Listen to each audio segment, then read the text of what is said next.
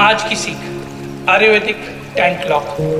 दिन में कैसे बदलते हैं तीन दोष, वात, पित्त और कफ। आयुर्वेद कहता है हमारे शरीर में घड़ी के साथ चलता है। दिन के अलग अलग समय पर तीन दोष सक्रिय होते हैं, वात, पित्त और कफ। अगर हम अपने काम, भोजन और साधना को इस टाइम क्लॉक के अनुसार करें तो स्वास्थ्य, शांति, ऊर्जा अपने आप संतुलित हो जाती है। सबसे पहले समझते हैं इसका आधार क्या है। जो मन का सत्व गुण है वो शरीर का वात दोष है, जो मन का रजस गुण है वो पित्त, और जो मन का तमस गुण है वो शरीर का कफ दोष है। यानी मन के गुण और शरीर के दोष आपस में जुड़े हुए हैं। अब दिन की आयुर्वेदिक घड़ी समझते हैं। सुबह 2 बजे से लेके सुबह 6 बजे तक वात काल होता है। ये समय सबसे सूक्ष्म शांत वाला होता है। इस समय ध्यान, जप, प्राणायाम और आत्मचिंतन के लिए सबसे उत्तम होता है। इस समय किया गया मेडिटेशन पूरे दिन का टोन सेट करता है और आपका दिन अच्छा बनाता है। सुबह 6 बजे से लेके सुबह 10 बजे तक कफ काल होता है। इस समय शरीर भारी होता है और धीमा होता है।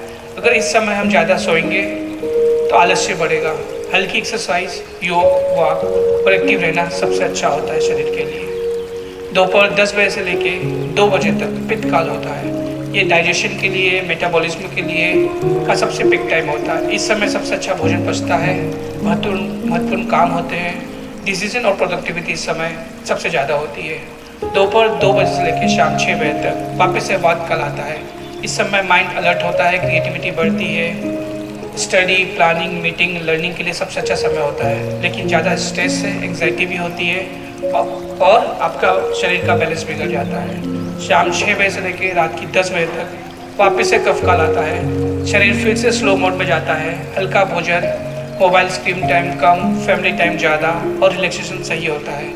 10 बजे तक सो जाना सबसे अच्छा माना गया है शरीर के लिए और मन के लिए। रात 10 बजे से लेकर सुबह 2 बजे तक फिर से पित्त काल होता है और शरीर के अंदर रिपेयरिंग होना, डिटॉक्स कम होना। अगर इस समय हम जागते रहें और ओवर थिंकिंग करें ऐसे तो एसिडिटी भी बढ़ेगी, बर्नआउट भी बढ़ेगा और आपको बहुत सारी प्रॉब्लम भी आएगी। इसलिए गहरी नींद बहुत ज़्यादा जरूरी है।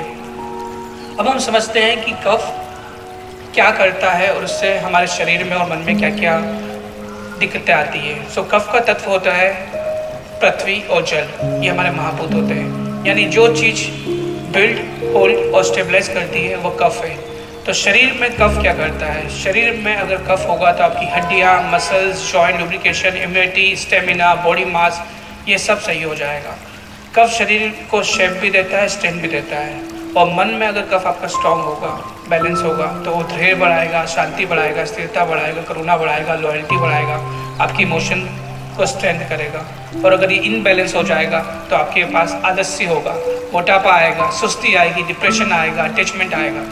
तो जो लोग आजकल मोटापा, आलस्य इन सबसे जुड़ रहे हैं उनको कफ को सही करना बहुत ज़रूरी है।